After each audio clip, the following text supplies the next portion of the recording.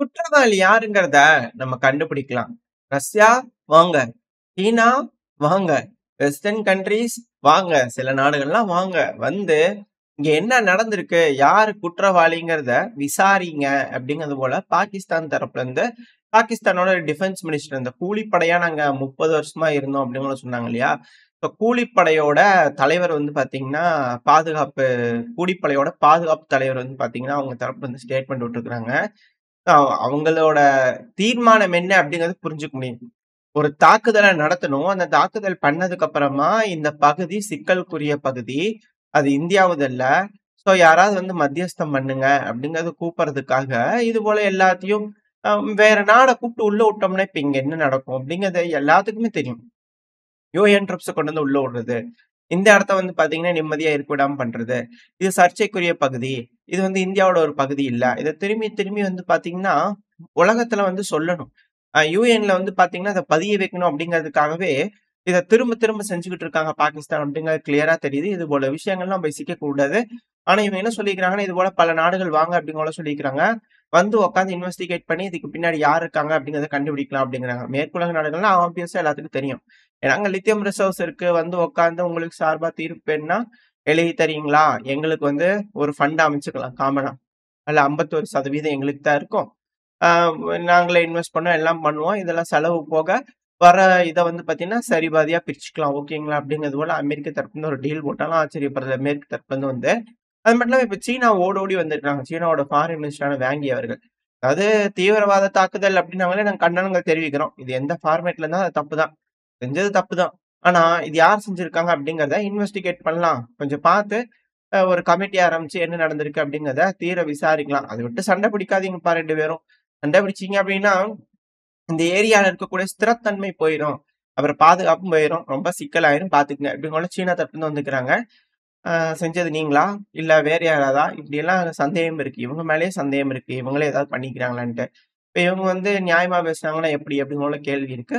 So wait பண்ணி பார்ப்போம். Russia வாங்க அப்படிங்கிற கூப்ட்டுருக்காங்க. ரஷ்யா இதுல எந்த அளவுக்கு ஆக்டிவா பார்ட்டிசிபேட் ஆவாங்களா? இல்ல நம்ம எப்படி அவங்களோட பிரச்சனையில தலையிடாம அப்ஸ்டெயின் ஆயிட்டு இருந்தோம். அதுபோல ரஷ்யாவும் அப்ஸ்டெயின் ஆவாங்களா? என்ன மாரியான முடிவுகள் எடுக்க போறாங்க அப்படிங்கிறத வெயிட் பண்ணி பார்த்தரலாம். மொத்தம் இந்த பிரச்சனை மிக பெரும் அளவுல மாறிட்டு இருக்குது. கைய விட்டு போயிருச்சு. நெலைமை கைய மீறி போயிருச்சு அப்படிங்கிறது மட்டும் புரிஞ்சுக்க முடியுது. பாகிஸ்தான் ஏதோ ஒரு டிராப்ப வெட்டிட்டு ரெடியா இருக்கிறாங்க. வெயிட் பண்ணி பார்ப்போம். ஏன்னா தினந்தோறும் எல்லை பகுதிகள்ல அத்துமீறிக்கிட்டே இருக்கிறாங்க. எங்க போய் இது முடிய போகுது அப்படிங்கிறத கூடிய சீக்கிரத்துல தெரிஞ்சிரும். ஏன்னா அவங்ககிட்ட அந்த மிசைல் இருக்கு, இந்த மிசைல் இருக்குது. அத சோதனை பண்றோம், ட்ரில் பண்றோம்னு ஏகப்பட்ட சேட்டைகள் செஞ்சுட்டு இருக்காங்க. இந்த கூலிப்படைகளுக்கான முடிவு நெருங்கிட்டு இருக்கு அப்படிங்கிறத மாற்றம் இல்ல. இப்போ அப்படியே நம்ம ஈரான் கிட்ட வந்துட்டோம் அப்படின்னா, ஈரான்ல அந்த பேஸ் பக்கத்துல போர்ட் பக்கத்துல வந்து பாத்தீங்கன்னா, இந்த வெடி விபத்து நடந்தது இல்லையா? அதுக்கு பின்னாடி வந்து பாத்தீங்கன்னா என்ன சொல்றாங்க அப்படின்னா, ராக்கெட் ஃபியூயல் வந்து பாத்தீங்கன்னா, அந்த இடத்துல பதுக்கி வச்சிருக்கலாம். சோ அது வெடிச்சதுனால இந்த அளவுக்கு மிக பெரும் வெடி விபத்து ஆயிருக்கு. மத்தபடி ஆயில்லாம் ஸ்டோர் பண்ணி வச்சு வெடிச்சாலே இப்படி வெடிக்காதுங்க. அப்படிங்கிறனால பலரும் சொல்லிட்டு இருக்காங்க. ஆனா ஈரான் வந்து பாத்தீங்கன்னா, IL-76 ரக விமானம் ரஷ்யாவோடது இருக்கு இல்லையா? சோ அத களமிறக்கி விட்டுருக்காங்க. அது வந்து தண்ணிய பாய்ச்சி அடிச்சு அணைச்சிட்டு இருக்கும் வேலைகள்ல ஈடுபட்டிருக்கு. ஆனா உயிரிழப்புகள் அப்படிங்கிறது இன்கிரீஸ் ஆயிட்டே இருக்கு டைம் ஆக, டைம் ஆக. ஏன்னா வெடி விபத்து பயங்கரமான வெடி விபத்து இல்லையா? அந்த காரணங்களால சேதங்கள் அதிக அளவுல இருக்கு அப்படின்னு சொல்றாங்க. ஸோ வெயிட் பண்ணி பார்ப்போம். என்ன மாரியான விஷயங்கள் இதுக்கு பின்னாடி இருக்கு? யார் இத செஞ்சாங்களா? இல்ல இதுக்கு பின்னாடி ஏதாவது இன்வெஸ்டிகேஷன் கமிட்டி வருதா? அப்படிங்கிறத பார்க்கலாம். அது மட்டும் இல்லாம போன பதிவு கீழ வந்து பார்த்தீங்கன்னா கமெண்ட் செக்ஷன்ல பார்த்தேன். ஈரான் வராது அப்படிங்கிறதுல, நம்ம நாட்டுல எப்படி தீவிரவாத தாக்குதல் நடக்குதோ, அதே போல தான் ஈரான்லயும் தீவிரவாத தாக்குதல் நடக்குது. அதனால தான் ஈரான் வந்து பார்த்தீங்கன்னா, வேற வழி இல்லாம பாகிஸ்தான தாக்குதலே பண்ணாங்க. அதெல்லாம் நம்ம ஞாபகம் வச்சுக்கணும். அப்படி வரமாட்டாங்கன்ட்டு இல்ல. அவங்களுக்கும் தொந்தரவு தான். நம்மளுக்கு எப்படி பிரச்சனையோ, அதே போல அவங்களுக்கு தினந்தோறும் பிரச்சனை தான். ஸோ, அதனால அவங்களுக்கு சிக்கலா இருக்குது அப்படின்னா, அவங்க வருவாங்க. அது மட்டும் இல்லாம இந்த பலூச் போராளிகள் இருக்காங்க இல்லையா? அவங்களுக்கு வந்து பார்த்தீங்கன்னா, ஆதரவா தான் ஈரான் இருப்பாங்க. ஆதரவுனா ஃபுல்லா இது பண்ணுவாங்க அப்படிங்கிறது இல்ல. ஆனா அவங்க யூஸ் பண்ணக்கூடிய ஆயுதங்கள் எல்லாமே ஈரானோட ஆயுதங்கள். அந்த பலுசிஸ்தான் ஆர்மி இருக்கு இல்லையா? National army. அவங்க யூஸ் பண்ணக்கூடிய துப்பாக்கிகள்ல இருந்து எல்லாமே ஈரானோடது. ஸோ, அதனால தான் அது ஈரான் பேக்டு அப்படின்னு சொல்றாங்க. 2வது வந்து பார்த்தீங்கன்னா, தீவிரவாதிகள் வந்து தாக்குதல் பண்ணாங்க இல்லையா? அது அமெரிக்கன் துப்பாக்கிகள் வச்சிருந்தாங்க. அந்த துப்பாக்கிகள வச்சு தான் சுட்டாங்க. நம்ம மக்கள. அதாவது சத்குரு அவர்கள் வந்து பார்த்தீங்கன்னா, ஒரு விஷயத்த ஹைலைட் பண்ணியிருப்பாரு. எனக்கு தெரியும். இந்த துப்பாக்கி வந்து தேவையில்லாம சுடுறாங்க வானத்த பார்த்து. தோட்டாக்கள்லாம் வேஸ்ட் ஆகுது. இந்த துப்பாக்கி யார் செஞ்சாங்கன்னு எனக்கு தெரியும். அந்த கம்பெனியோட அட்ரஸையும் உங்களுக்கு தெரியலனாலும் நானே தரேன். அவங்க கிட்ட போய் நீங்க இது போல தயாரிக்காதீங்கன்னு சொன்னீங்கன்னா, இவங்களுக்கு தோட்டாக்கள் கிடைக்காது. தோட்டாக்கள் கிடைக்காதுன்னா, இவங்களால சுட முடியாது. சுட முடியலைன்னா, இது போல விஷயங்கள் நடக்காது அப்படிங்கிறத அவர் தரப்பு வந்து ஓப்பனா வெஸ்டர்ன் மீடியாலயே வந்து பார்த்தீங்கன்னா சொல்லியிருந்தாரு. ஸோ அதுதான் இங்க இருக்கக்கூடிய விஷயம். துப்பாக்கிகள் யாரோடது? அப்படின்னா அமெரிக்காவோடது. அமெரிக்காவோட துப்பாக்கிகள் இந்தியர்களை கொன்றது அப்படிங்கிறது போல டைட்டில் வச்சிருந்தாங்க. நம்ம நியூஸ் மீடியாக்கள்லாம் வச்சிருந்தாங்கன்னா, கொஞ்சம் நீட்டா இருந்திருக்கும். பட் எது எப்படியோ. ஸோ இது போல பல விஷயங்கள் இருக்கு. தெஹ்ரிக் தாலிபான்கள் இருக்காங்க. அதாவது தாலிபான்கள் இருக்காங்க இல்லையா? அங்க இருக்கக்கூடிய துப்பாக்கிகள் வந்து தீவிரவாதிகளுக்கு போயிருக்கும். ஆப்கானிஸ்தான், பாகிஸ்தானுக்கு வித்திருப்பாங்க அப்படின்னா அதுக்கும் வாய்ப்பு இருக்கு. அங்க விட்டுட்டு போன ஆயுதங்கள வந்து பார்த்தீங்கன்னா, அவங்க இங்க வித்து இங்க இருந்துட்டு வந்து அடிச்சுக்கிறாங்க அப்படிங்கிறது கூட வாய்ப்பு இருக்கு. ஆனா, இருக்கக்கூடிய சூழ்நிலையின் அடிப்படையில பாகிஸ்தானுக்கு, ஆப்கானிஸ்தானுக்குமே முட்டிட்டு இருக்குது. அங்கேயே ட்ரில் பண்ணிட்டு இருக்கிறாங்க ஆப்கானிஸ்தான் இப்ப இந்த சமயத்துல. எதுக்குன்னு தெரியும், உங்களுக்கும் தெரியும், எனக்கும் தெரியும். நம்ம ஆல்ரெடி அவங்க ட்ரில் பண்ணாலே எங்கேயோ ஒரு பக்கம் உள்ள போறாங்கன்னு அர்த்தம்ன்றது தெரியும். அப்படி இருக்கும் பிரச்சனையில அவங்க பாகிஸ்தான் கூட புரண்டு இழுக்க இருக்கிறவங்க எதுக்கு ஆயுதத்த அவங்க கிட்ட கொண்டு போய் விக்கிறாங்க அப்படின்ற கேள்வி இருக்கு. ஸோ வெயிட் பண்ணி பார்ப்போம். என்ன மாரியான முடிவுகள் உலக நாடுகள் எடுக்க போறாங்க அப்படின்னு சொல்லிட்டு. ஒரு 6, 7 மாசத்துக்கு முன்னாடின்னு நெனைக்கிறேன். இந்த யுகேவோட பிரைவேட் மிலிட்டரி கான்ட்ராக்டர் இவங்கலாம் வந்து பார்த்தீங்கன்னா, ஆப்கானிஸ்தான் அந்த பார்டர்ல வந்து பார்த்தீங்கன்னா, அதாவது ஆப்கானிஸ்தான், உஸ்பெகிஸ்தான் பார்டர் பகுதியில வந்து பார்த்தீங்கன்னா, ஒரு அலர்ட் குடுத்திருந்தாங்க. அங்க யாரும் பயணம் பண்ணாதீங்க, டிராவல் பண்ணாதீங்க அப்படிங்கிறது போல. அந்த இடத்துல வந்து பார்த்தீங்கன்னா, ஒரு அமைப்பு இருக்காங்க. தீவிரவாத அமைப்பு இருக்காங்க. அவங்க யாருக்குமே ஆகாத ஒரு தீவிரவாத அமைப்பு. அந்த பகுதியில இருந்து தான் வந்து பார்த்தீங்கன்னா, ரஷ்யால கிரானஸ் ஸ்மால் அட்டாக் நடந்தது தெரியுங்களா? அந்த இடத்துல ஒரு அட்டாக் பண்ண அந்த பேஸ் இருக்கு இடம் அது. ஸோ இது போல ஏரியாக்கள்ல வந்து பார்த்தீங்கன்னா, யுகேவோட பிரைவேட் மிலிட்டரி வந்து பார்த்தீங்கன்னா, அந்த இடத்துல அதிக அளவுல ஆப்பரேட் ஆயிட்டு இருக்காங்க அப்படின்னும் சொல்லப்பட்டு வந்தது. 2வது சமீபத்தில கூட ஆப்கானிஸ்தானோட பேஸ் ஏர் பேஸ் வந்து பார்த்தீங்கன்னா, திருப்பியும் அமெரிக்கா ஆப்பரேட் பண்ணிட்டு இருக்காங்க அப்படிங்கிற தகவல்லாம் பார்த்தோம். ஸோ இதோட சூழல்லாம் வச்சு பார்க்கும்போது, எப்படி என்ன மாரி அப்படிங்கிற ஒரு கேள்விகள் வருது. ஸோ வெயிட் பண்ணி பார்ப்போம். இதுக்கு பின்னாடி இன்வெஸ்டிகேஷன் கமிட்டி அமைஞ்சுச்சுன்னா, மேபி பாசிபிலிட்டீஸ் இருக்கு. இல்ல என்ன மாரியான வி தீர்ப்பு வரப்போது, என்ன ஏதுங்கலாம் வெயிட் பண்ணி பார்க்கலாம். இதுக்கு மிக முக்கியமா தலைமை தாங்க போறது யார்? அத நம்ம நம்புவோமா? இல்ல பேச்சுவார்த்தையா? பேச்சுவார்த்தையில எந்த மாரியான முடிவுகள் வரும்? நம்ம அரசாங்கம் என்ன மாரியான முடிவுகள் எடுக்குறாங்க அப்படிங்கிறத வெயிட் பண்ணி பார்த்துக்கலாம். ஆனா பாகிஸ்தான் ஏதோ ஒரு மிக பெரும் சதித்திட்டத்துல இருக்காங்க. கூலிப்படைகள் மிக பெரும் சதித்திட்டம் தீட்டியிருக்கு அப்படிங்கிறதுல மாற்று கருத்து இல்ல. அப்படியே நம்ம ரஷ்யா, உக்ரைன் பிரச்சனைக்குள்ள போயிட்டோம் அப்படின்னா, ஜெலன்ஸ்கி அவர்கள் இருக்கார் இல்லையா? அவர் தரப்புல இருந்து தொடர்ந்து குற்றச்சாட்டுகள் வந்துட்டே இருக்கு. அது மட்டும் இல்லாம இன்னொரு மிக முக்கியமான விஷயம், இந்த கர்ஸ்க் பகுதியிலிருந்து மீட்டு எடுத்தாங்க இல்லையா ரஷ்யா? ரஷ்ய அதிபர் விளாடிமிர் புட்டின் அவர்கள் கூட சொன்னாங்க இல்லையா? தடவையா நார்த் கொரியா படைகளுக்கு நன்றி அப்படிங்கிறத ரஷ்ய தரப்புன்னு சொல்லியிருக்கிறாங்க. ஏன்னா அவங்க பார்ட்டிசிபேஷன் இப்ப கன்ஃபார்ம் ஆயிருக்கு. உறுதிப்படுத்தப்பட்டிருக்கு அஃபிஷியலா. ஸோ அவங்க ரஷ்யாவோட பகுதிகள விடுதலை பண்றதுக்காக அவங்க வந்து ஆக்டிவா என்கேஜ் ஆயிருக்காங்க அப்படிங்கிற விஷயங்கள் வெளிய வர ஆரம்பிச்சிருக்கு. நன்றிகள் பப்ளிக்கா சொல்லியிருக்கிறாங்க. அவங்களும் நன்றி எல்லாம் எதுக்கு தலைவரே நம்மளுக்குள்ள, இதெல்லாம் நம்ம கடமை அப்படிங்கிறது போல அவங்க தரப்புன்னு சொன்னாலும் ஆச்சரியப்படுறதுக்கு. ஏன்னா அவங்க ஃப்ரிகேட் இருக்குல்ல, புதுசா ஒண்ணு டெஸ்ட்ராயர் கப்பல் ஒண்ணு கட்டியிருந்தா இல்லையா கிம் ஜாங் உன் அவர்கள். அதுல இருக்கக்கூடிய அந்த ஆன்டி ஏர்கிராஃப்ட் சிஸ்டம் இருக்கும் இல்லையா? அது வந்து பன்சீர் சிஸ்டம் மாட்டியே இருக்கே! அப்படிங்கிற போல கேள்விகள்லாம் வர ஆரம்பிச்சிருக்கு. இருக்கத்தான் செய்யும். ஏன்னா இரு தரப்புலயும் வந்து பார்த்தீங்கன்னா, குடுக்கல் வாங்கல்கள் அதிக அளவுல இருக்கு. அப்படியே பின்னி பிணைஞ்சிருக்காங்க. தேங்க்ஸ் டூ பைடன் அரசாங்கம் அப்படிங்கிற போல கிம் ஜாங் அவரு அவருக்கு கோயில் கட்டி கும்பிட்டாலும் ஆச்சரியப்படுறதுக்கு இல்ல அப்படின்னு போல சொல்லப்பட்டவர். எது எப்படியோ திரும்ப நம்ம விஷயத்துக்குள்ளேயே போக ஆரம்பிச்சலாம். இந்த ரஷ்யா, உக்ரைன் பிரச்சனையில மோட்டார் சைக்கிளிஸ்ட் இவங்க பெரும் அளவுல ரோல வந்து ப்ளே பண்ணியிருக்கிறாங்க.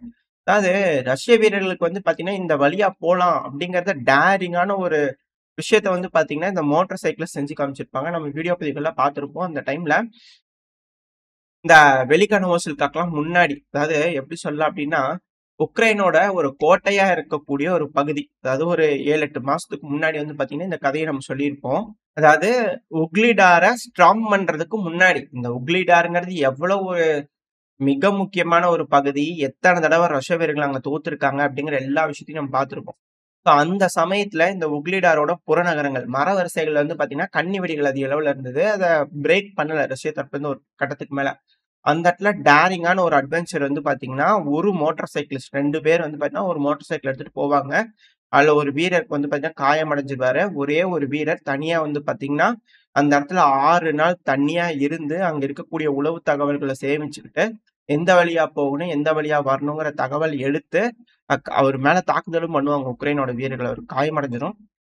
காயத்தோட இருந்துட்டு, மழை தண்ணிய சேகரிச்சு குடிச்சு, ஏகப்பட்ட விஷயங்கள் அந்த அப்படியே கூஸ் பம்ப் ஸ்டோரி வந்து பார்த்தீங்கன்னா, அந்த டைம்ல நம்ம பார்த்திருப்போம். ஞாபகம் இருக்குன்னு நெனைக்கிறேன். தொடர்ந்து பார்க்கிறவங்களுக்கு அந்த விஷயம் தெரியும். ஸோ அந்த இன்சிடென்ட்லாம் வந்து பார்த்தீங்கன்னா, அது போல டேரிங்கான ஒரு மிஷன்ஸ் வந்து பார்த்தீங்கன்னா, ரஷ்யாவோட மோட்டார் சைக்கிளிஸ்ட் பண்ணியிருந்தாங்க. பல இடங்கள்லயும். அதாவது துப்பாக்கி வச்சு சுட்டுட்டு இருப்பாங்க உக்ரைனோட வீரர்கள். ட்ரோன்கள் வந்து சுத்திக்கிட்டு இருக்கும். டேங்குகள் தாக்குதல் பண்ணும், ஆர்மர்ட் பெர்சனல் வெஹிக்கிள் தாக்குதல் பண்ணும். இது அத்தனையும் மீறி டூ வீலரிஸ்ட் வந்து பார்த்தீங்கன்னா, முன்னேறி போய் அந்த பகுதிகள ஸ்ட்ராங் பண்ணுவாங்க. ஸோ இப்ப அவங்க வந்து பார்த்தா தொடர்ந்து ட்ரில் பண்ணிக்கிட்டே இருக்கிறாங்க. ஒரு வேளை இந்த பிரச்சனை முடியாது அப்படிங்கிற இந்த சென்ஸ், இந்த ரஷ்யா, உக்ரைன் பிரச்சனையில அதிகமான மோட்டார் சைக்கிளிஸ்ட் வர்றதுக்கு வாய்ப்பு இருக்கு. ஏன்னா, பலருக்கு வந்து பார்த்தீங்கன்னா, இந்த டீம் ரொம்ப பிடிச்சிருக்கு. இது ரொம்ப அந்த டர்ட் பைக்கும்பாங்க இல்லையா? ஸோ இது வந்து ரொம்பவுமே பிடிச்சிருக்கு அப்படிங்கிறது போல வந்து பார்த்தீங்கன்னா சொல்லப்பட்டு வருது. இது போல பண்ணணும் அப்படிங்கிறதோட இது வந்து ஒரு எப்படி சொல்றது? பெருமைக்குரிய ஒரு விஷயம் இந்த மோட்டார் சைக்கிள்ஸ் தான் இருக்கிறது அப்படிங்கிறதெல்லாம் அவங்க தப்புன்னு சொல்லியிருக்காங்க. இது அதிக அளவுல பல இடங்கள்ல கை குடுத்திருக்கு. அதுல எந்த ஒரு மாற்றமும் இல்ல. சரி ஓகே. அடுத்தது களத்துல வந்து பாத்தீங்கன்னா, சீப்பான விஷயங்கள். இதுக்கு தான் இன்ஜினியர்ஸ் ரொம்ப ரொம்ப தேவை. ஸோ ஒருவேளை இந்த கூலிப்படைகளோட நம்மளோட ராணுவ வீரர்கள் வந்து பாத்தீங்கன்னா, போருக்கு போறாங்க அப்படின்னா, அதாவது பாகிஸ்தானோட கூலிகள் இருக்காங்க இல்லையா? ஸோ அந்த கூலிப்படைகளோட நம்மளோட ராணுவ வீரர்கள் போருக்கு போறாங்க அப்படிங்கிறான். ஸோ அந்த டைம்ல இன்ஜினியர்ஸ் இது போல சப்போர்ட் பண்ணணும் நம்ம ராணுவ வீரர்களுக்கும். ஏன்னா, ரஷ்யால வந்து பாத்தீங்கன்னா, அ டேங்குகள் இருக்கு, கார்கள் இருக்கு, இந்த உதிரி பாகங்கள்லாம் இருக்கு இல்லையா? மிசைலோட இருக்கும். ஸோ இது போல கார்கள வந்து பாத்தீங்கன்னா, சுத்தி வந்து நெட் அடிச்சிருக்காங்க. அதாவது சீப்பா வந்து பாத்தீங்கன்னா, ஃப்ரண்ட் லைன்லயே கொஞ்சம் சேஃபான பகுதியில தான். ஸோ இருந்துகிட்டு வீரர்களுக்கு தேவைப்படுற மாரி அழுத்துனோம்னா வேகமா போணும். டக்குன்னு ஒரு இடத்துக்கு போயிட்டு வரணும். அதுபோல ட்ரோன் அடிச்சாலும் ஒரு 2, 3 டைம் அடிச்சாலும் கொஞ்சம் தாங்குற மாரியான ஒரு வண்டி வேணும் அப்படின்னா, ஈஸியா ரெடி பண்ணி குடுக்குற மாரி சீப்பா ரெடி பண்ணி குடுத்துருந்தாங்க. ஸோ இப்ப இந்த இது வந்து பாத்தீங்கன்னா, களத்துல நல்லா எஃபெக்ட்டா இருந்ததுனால, ஆர்மர்ட் வெஹிக்கிள்ஸ்க்கே வந்து பாத்தீங்கன்னா, இப்ப இன்ஜினியர்ஸ் முன்னாடி மாரி இரும்பு இத போட்டு மரம் பலகைலாம் போட்டு அத ஸ்ட்ராங்கா வைக்கணும் அப்படிங்கிறதெல்லாம் இல்ல. இப்ப சீப்பா இந்த நெட்ட வச்சு வந்து பாத்தீங்கன்னா, பின்னி குடுக்கறதுனால ஆர்மர்ட் கார்ஸ் வந்து பாத்தீங்கன்னா, பெருமளவுல ஊடுருவி போயிருது. ட்ரோன்கள் கிட்ட இருந்து வந்து பாத்தீங்கன்னா, தடுத்து நிறுத்திடுது அப்படிங்கிற செய்திகள் வருது. ஸோ இது போல ரஷ்யா இந்த நெட்ட யூஸ் பண்ணி இப்போ வாகனங்கள வந்து இப்ப புரொடெக்ட் பண்ண ஆரம்பிச்சிருக்காங்க. ஸோ டர்ட் பைக்கர்ஸ் இருக்காங்க. இது போல நெட்ட யூஸ் பண்ணி ஆர்மர்ட் பெர்சனல் வெஹிக்கிள்ஸ் வந்து பார்த்தீங்கன்னா புரொடெக்ட் பண்றாங்க. 2வது ரஷ்யாவோட அ பகுதிகள்ல இருந்து வந்து பார்த்தீங்கன்னா, மால்வா வண்டி ஒரு ட்ரெயின் ஃபுல்லா மால்வா லாங் ரேஞ்ச் ஹவுட்ஸஸ் வந்து பார்த்தீங்கன்னா, ஒரு 80 கிலோமீட்டர்லேருந்து 90 கிலோமீட்டர் போர்க்காலம். அதனால எக்ஸாக்ட்டா ரேஞ்சுக்கு சொல்ல முடியாது. இதுக்கு முன்னாடி 60 இருந்தது. அதுக்கப்புறம் இன்கிரீஸ் பண்ணியிருந்தாங்க. 80, 90 கிலோமீட்டர் வரைக்கும். ஸோ லாங் ரேஞ்ச் இது எப்படி சொல்லலாம் அப்படின்னா, ஹிமார்ஸ் சொல்றாங்க இல்லையா? ஸோ அதுபோல அத வந்து மாலோட கம்பேர் பண்ணலாம். இது போல விஷயங்கள் வந்து பண்ணா ரஷ்யால மூவ்மெண்ட்ஸ் ஆயிட்டே இருக்கு அப்படிங்கிறது போல, இதத்தான திரும்ப திரும்ப நம்ம அரசாங்கம் சொல்லிட்டு இருக்கு. இது போல வீடியோ இருந்தா தயவு செஞ்சு எடுத்து போடாதீங்க யாரும் அப்படிங்கிறது போல, இத நம்ம திரும்பியும் சொல்லிட்டு இருக்கோம். இது போல விஷயங்கள் இருக்கு அப்படின்னா, கண்டும் காணாம இருக்கிறது தான் ரொம்ப ரொம்ப நல்லது. அதுக்கான காரணம், இது போல விஷயங்கள் மூவ் ஆகுதுன்னா, இந்த ட்ரெயின் வந்து எவ்வளோ கிலோமீட்டர் ஸ்பீட்ல போகும்? இது எந்த இடத்துல எடுக்கப்பட்ட பதிவு? இப்ப இந்த ட்ரெயின் எந்த இடத்துல இருக்கும்? அப்படிங்கிற விஷயம் தெரிஞ்சுக்கிட்டாங்கன்னா, ட்ரோன யூஸ் பண்ணி தாக்குதல் பண்ணிருவாங்க. இழப்புகள் பெருமளவுல இருக்கும். வீரர்கள் பயனேப்படுத்தாம, களத்துக்கே போகாம தேவையில்லாம முள்ளிய வச்சு நம்மளே எரிச்சு விட்ட மாரி ஆயி போயிரும். துரோகம் பண்ண மாரி ஆயி போயிடும். ஸோ இது போல வேலைகள் தயவு செஞ்சு செஞ்சுறாதீங்க. யாருமே செய்யறதுக்கும் அலோவ் பண்ணிறாதீங்க. முன்னாடி நடக்குதுன்னா தட்டி கேளுங்க. இது போல செய்யக்கூடாது அப்படிங்கிற போல, நம்ம ரெஸ்பான்சிபிலிட்டி எடுத்து இத தட்டி கேட்கணும் அப்படிங்கிற மாற்று கருத்து இல்ல. இப்ப அடுத்தது வந்து பாத்தீங்கன்னா, அப்படியே அமெரிக்கா கிட்ட போயிரலாம்.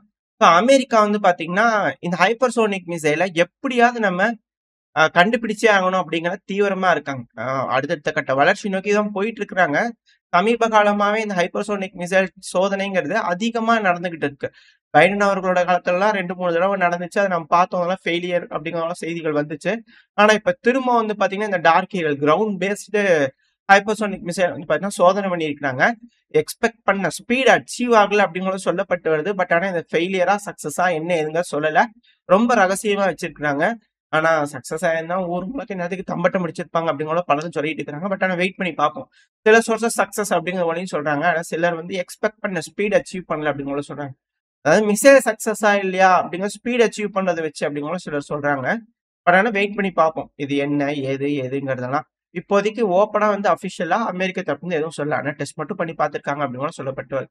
ஓரளவுக்கான தகவல்கள் வந்து பார்த்தீங்கன்னா, இந்த பதிவுல பார்த்திருப்போம்னு நினைக்கிறேன். இதோட இந்த பதிவு நான் முடிச்சுக்கலாம். இந்த பதிவு எப்படி இருந்துச்சு உங்களுக்கு பிடிச்சிருக்கா? பிடிச்சா லைக் பண்ணிட்டு உங்க ஃப்ரெண்ட்ஸ் நம்மள ஷேர் பண்ணிக்கோங்க. அது கூடவே மறக்காம இந்த பதிவு பத்தின கருத்துக்கள கமெண்ட் செக்ஷன்ல சொல்லுங்க. இந்த பதிவு நல்லா இருக்கும்ன்ற நம்பிக்கையில அடுத்த தடவ உங்கள சந்திக்கிறேன். அது வரைக்கும் ஸ்டே சேஃப். பை.